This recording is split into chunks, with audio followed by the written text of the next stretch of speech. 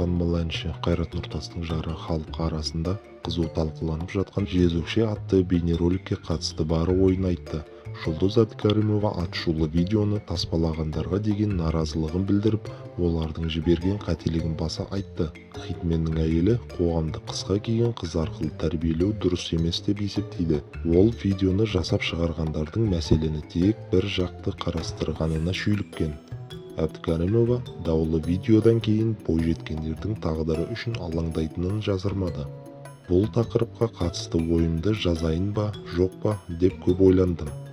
Қыз тәрбиелеп отырған соң үнсіз қалғым келмеді. Соңғы уақытта қазақ қызы тәрбиеленем деп таяқ жеп жатқандай көрінеді.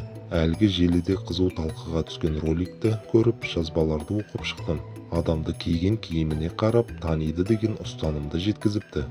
Анау полицей, анау медбике, ал сен қысқа белдемше, юбка кигендіктен жезөкшесің дейді. Алайда, есті қыз етегін 10 рет қымтап ұстаса да, бұл қоғамда есірген еркек әлімжеттік жасап, сонда да арам ойын жүзеге асыратынын неге есепке алмаған? Ондай еркекті кім дейміз? Қоғамды қыз арқылы ғана тәрбиелейміз деген қате түсінік. Қоғам жалғыз қыздан ғана құралмайды. Оның екінші бөлшегі еркек. Қысқа кидің екен деп бөтен еркектер осы роликті көріп алып, қыздарға дәл осылай бас салса, кім жауап береді? Қате түсінік қалыптастырған, тәрбиелейміз деп таяқ жегізген идеологтар қорғай ала ма? Деп жазды Жұлдыз Әбдікәрімова Instagram парақшасында.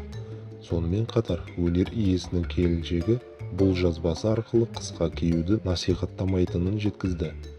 Ол әркімнің өз ойы мен ұстанымы бар екенін ескеру керек деп есептейді.